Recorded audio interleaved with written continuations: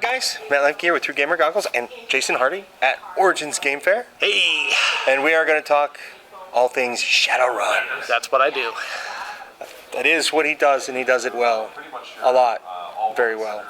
So we're going to start with some cool information, and that's Seattle Sprawl, which if you don't know, it's up for an Origins Award. But you're not here, so you're not going to get the vote, probably. No, only here.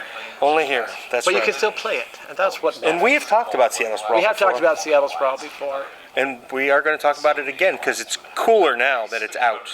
That's right, it's much more usable when you can use it. I think we talked about this almost 2 years ago. Probably, because we were working on it for a while, yeah. But I'm just very fond of this, because one of the things I love about it is the modular map cards, where it's got different rooms or setups, and you can build a whole bunch of different buildings with the map cards. And since they all connect at the same point, you can rotate them and form them in different ways and make retail shops and offices and labs and anything you need. So anytime you need to build a building on the fly, rather than have a map that you have to use over and over again, you can combine these cards and make whole new buildings. So it's very Fog of War-y. Yeah. That's good. I like that.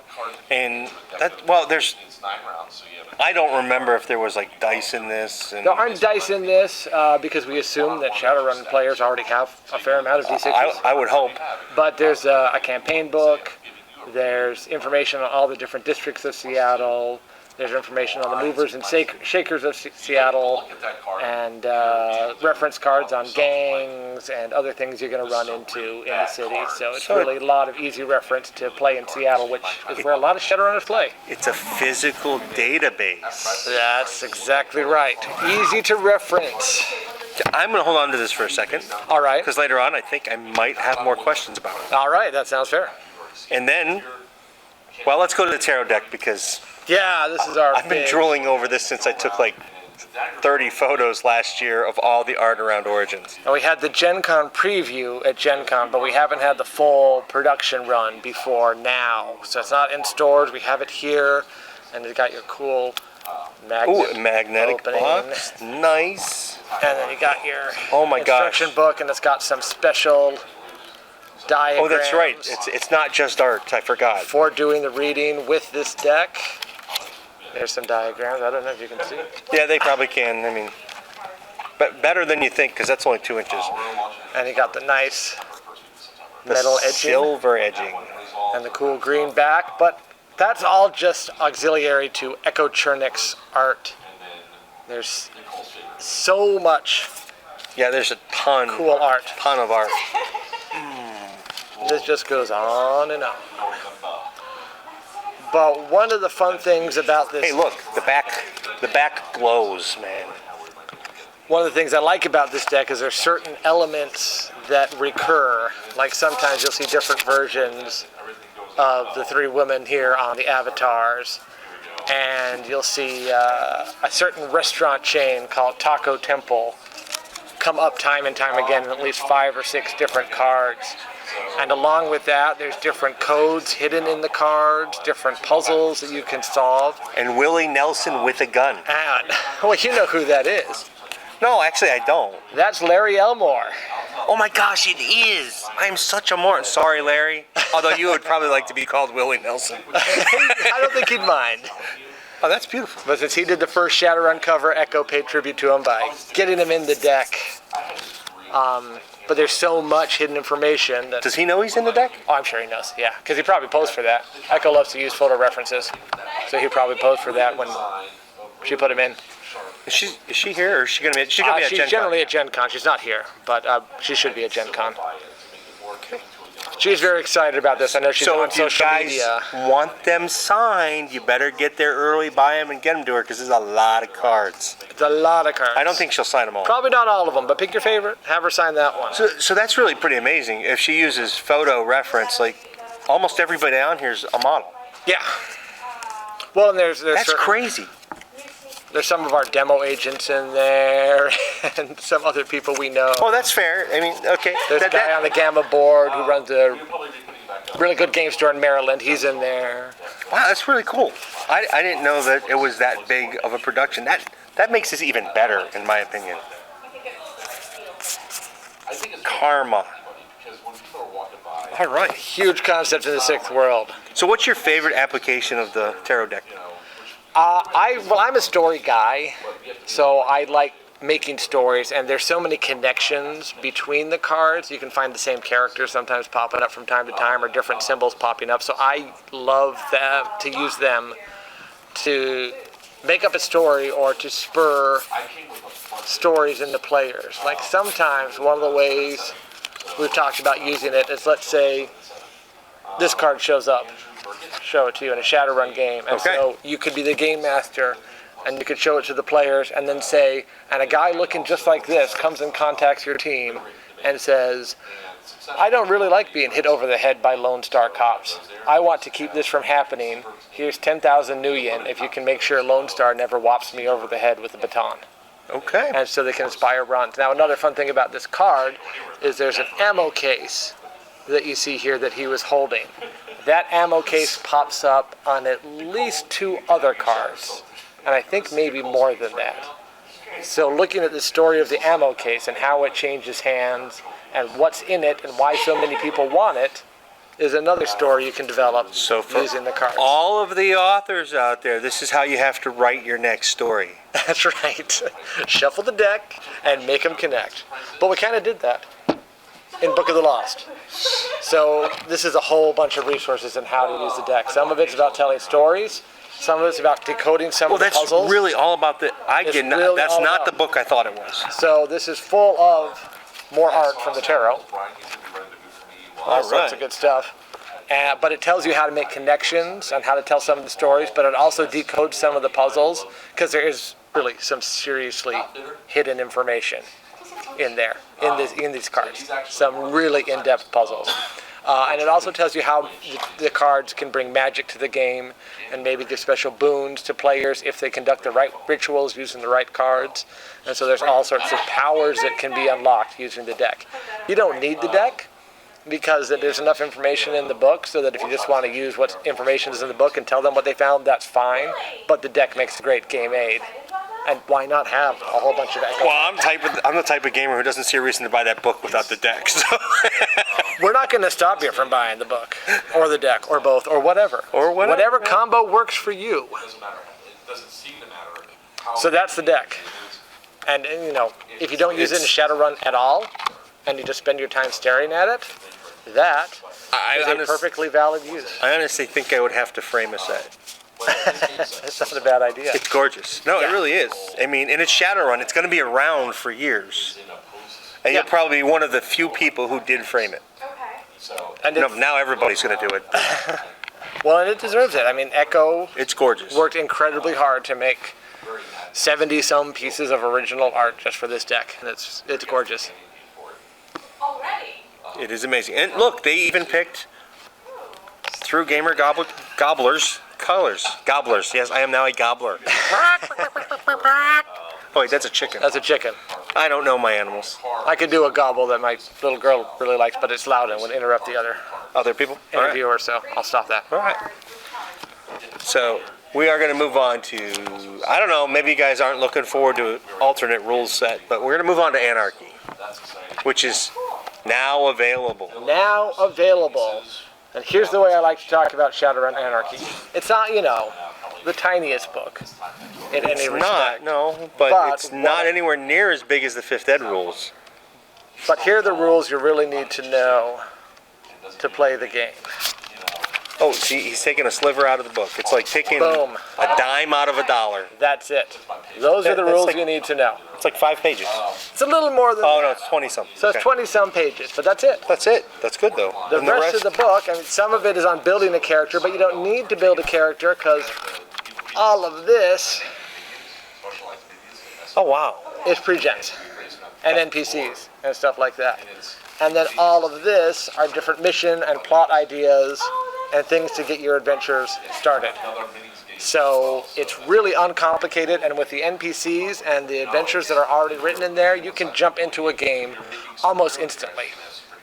You can take 5 minutes of preparation and be playing, and the reason you don't need a ton of preparation is because the storytelling duties are shared by everyone at the table. Everyone's got a chance to contribute ideas of what's going on, what NPCs are coming in and how things are reacting. One of the ways I like to do it is on a perception check. When I'm playing normal Shadowrun, if you pass a perception test, then I'll tell you what you see. If you failed it, then I'll say, oh, you don't see anything, or you made a mistake in what you saw. But what I like to do in Anarchy is if they pass a perception test, I say, good, you won the privilege of describing what you saw. Tell me what you see. And so they get to come into the story and describe things and add to the story. And it's really interesting to see, because I played with a number of people who their first reaction is, well, I'm not creative. That's not my thing. I don't like to add to the story. I want to just do my character. But once they start to see that they can add things, and once they start to see how people are having fun throwing in whatever they want to throw in, they jump right in. And people get their creativity unleashed, and everyone is invested in telling the story together, and some really weird stories come out of it, and some stuff you never could have planned on, because I only use my own brain. If I'm using the brain of everyone around the table, more interesting things are going to happen. So it's really fun to get going, and it's really easy to play. So I've got a question for Anarchy. Is there like a cap?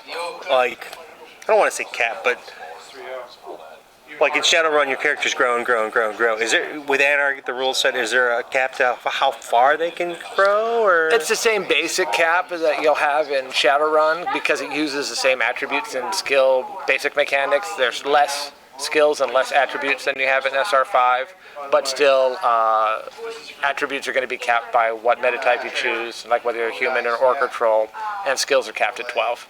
Okay, so it's still pretty much unlimited play.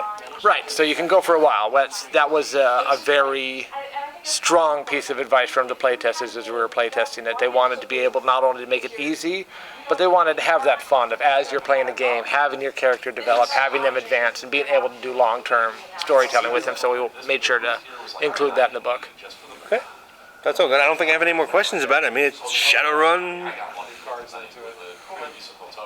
watered down a little bit. What we like to call it storytelling Shadowrun. So yeah, I see that. Quicker Yeah, to I get can see into that. Yeah, it's quicker. Well, even you just take a pre-gen and you play. Yeah, I mean, exactly. You can't get much simpler than that. And it is, from what you said and what I've seen of it, more story heavy, I think. It's right. Not as crunchy with the rules. Yeah, and you're still going to be rolling dice, and sometimes a good amount of Well, you got to roll dice. Because it's Shadowrun. It's a role-playing game. That's wait, right. that's the wrong roll. But we want people still playing with dice and rolling d6s, because that's part of the Shadowrun feel, but we also want it to move quickly and not stop the fun, so that you're still rolling dice, seeing what happens, and the story continues. All right. And then something we talked about almost a year ago has showed up.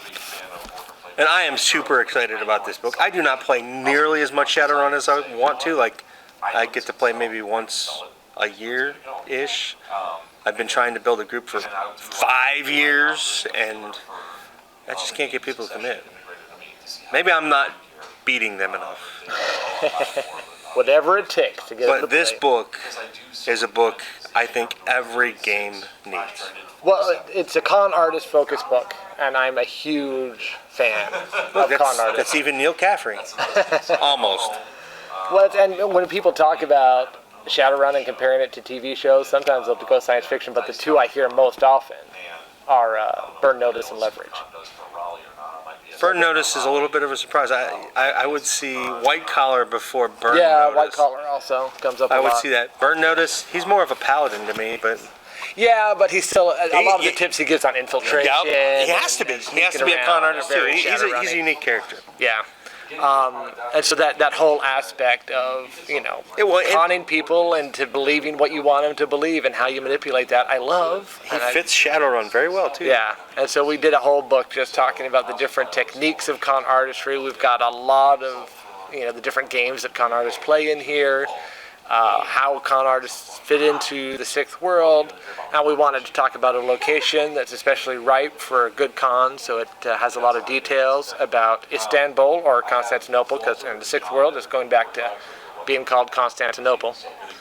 And some gear for con artists and faces, and so if you have a non-shooty but charisma-based character, this is the book for you, because it gives you all sorts of ways to really drive the action without having to fire a bullet. Is a deck of cards one of those pieces of gear? I don't know if we have a special deck of cards, but a deck of cards is always useful. I know we have an illustration in there of a 3-card Monty game for your street level cons, and then building up from there to the big con. So it actually stages it out for you. Yeah, it does have some short cons and long cons described in there, so some different techniques and even some rules for how you can either do each test of a long con, or if you want to abstract it a little so that you can just see what the result of the con would be by doing a few tests. You can do that with the rules as well. Oh, that's fiction. Yep. There's fiction too. There is fiction. I like it. What's your favorite part of the book? I think the chapter you just opened to right there. Yeah, it makes perfect sense right there. The art of confidence. And that's the one that lists all the different types of jobs and different ways of doing it, and some of the things you'll need to know to put that type of con in your Shadowrun game. Since I love cons and the whole idea of it, having a description of all these different techniques is just way too much fun. And then you got your equipment, and armor and all the fun stuff. and different things that can help convince people they're seeing something that they're really not. $12,000. Oh, and more archetypes. Yep. So if you want to create a con artist character, there's different ways of going about it. So you have some archetypes that you can use as a guideline. Good. Oh, the back is part of the front. So there's the cover. I've been super excited since Gen Con about this book. And you should pick it up because I don't care what game you play. You should have this if you book. want information on running different kinds of cons, it's applicable in a whole bunch of settings. I really don't think anybody's done this before. I mean, I've been playing role-playing games for a long, long time. I think there might be articles on it, but I don't think anybody's actually made a whole book. Well, as someone who's watched The Sting more times than I can count, it's a passion. That is excellent. Okay, so now, onward. What else do you want to talk about? Well, that's what we have at the show. We got other things in the works, because we always do. We have Forbidden Arcana, which is our advanced magic source book. A lot of cool options there, including ways for magicians to pick a path that they really want to be good at and specialize in that and make sure that they are the best in the world at a certain discipline. So there's a lot of ways magicians can specialize and amp up their powers that way. There's some...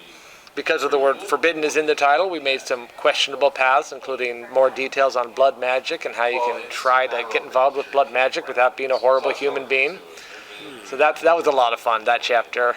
And one of the things I've been really gratified to see in reactions to the book, there is a section that talks about different types of spirits and types of summoning that have been kind of lost, but the way the in-universe text goes in that section, and some of the things that develop, and some just the big plot shocks, it's just really exciting to read. And it's kind of, even when I was editing it, I sometimes forgot that I was supposed to be only focusing on, grammar and continuity. I was just racing along going, oh, this is so cool. Oh, look at what's happening now. That's so awesome.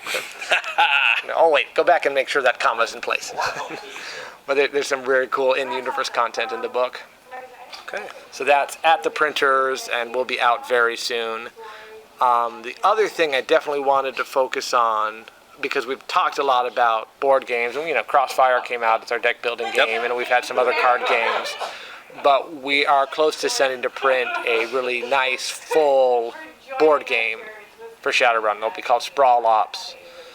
Okay. And you take the role of Mr. Johnson going around and hiring your Shadowrunners and providing some funds to get them the different augmentations and skills they need, and then sending them out on missions, earning some more money until eventually you tackle the big final mission and see who can be the first team to beat that final mission.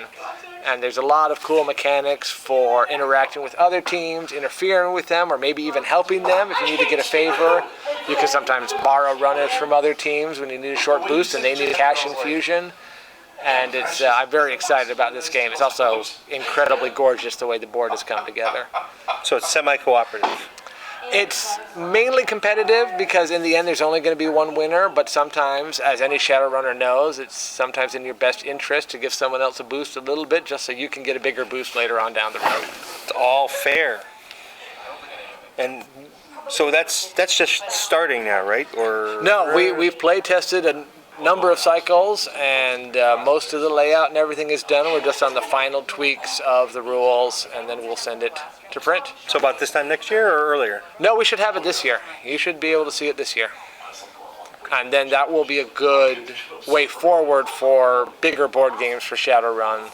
So some of the other things that we've been talking about in the past, like Hostile Takeover, which is a little more corporation on corporation action, or Sprawl Gangers, the long delayed and long promised Sprawl Gangers, we can pay some attention to and finally get some minis combat. Speaking of Sprawl Gangers, when you said the little map sets and stuff are in here, will this be compatible with the same size? No, probably not, because Okay. the cards, this is map cards, so they're about playing card size, and I think the minis are going to end up being a little bigger. I But- think they're 20, well, the ones that were online I think were 28 mil. So the rooms on that are pretty small. They're mainly to give you a blueprint to help them find their way through. Future products, that's a good idea. Yeah, well, we'll be looking with Sprawl Gangers about what kind of map tiles to do, and if we can use that same idea of having tiles that you can lay out and get a different modular battlefield each time you play, that could be a good way to do it, but that decision hasn't been made yet. Okay. So now that you're talking Sprawl Gangers again, you've got how many steps before it starts to come to fruition? Well, I think it's the main things this year are getting the non-Shadowrun game Dragonfire out, which is Crossfire, which was a Shadowrun game, but we put a Dungeons and Dragons skin on it and adjusted some rules. And we're really excited about that game. We think it's going to do great things for us. So getting that out and getting Sprawl Ups out, that will help us make steps forward in the board game area. And then what comes after that, whether it's the Hostile Takeover game or Sprawl Gangers, I'm not sure. That'll be up to the people above me to decide what their priorities are. It's all good. All right. I think that pretty much sums it up, right? That covers the main things going on. We'll always be coming out with more source books, Advanced Combat coming up. And, What's debuting at Gen Con?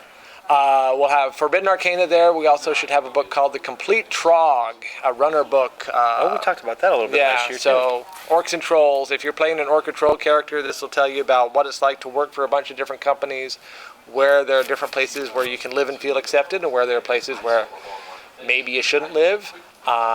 It'll give a lot of archetypes, so there's a lot of Orc and Troll runners and Orc and Troll heroes and PP stats, both for 5th edition and for Anarchy, and just a lot of information on playing an Orc and Troll. So if you like to play an Orc or Troll character, you'll have a ton of information to help that happen in the book. Excellent. All right. Thank you. My pleasure, thank you. Have a wonderful show. Thank you, guys. This should, well, you'll see it when it's up. Not before then, probably. Probably not. Yeah. Bye-bye.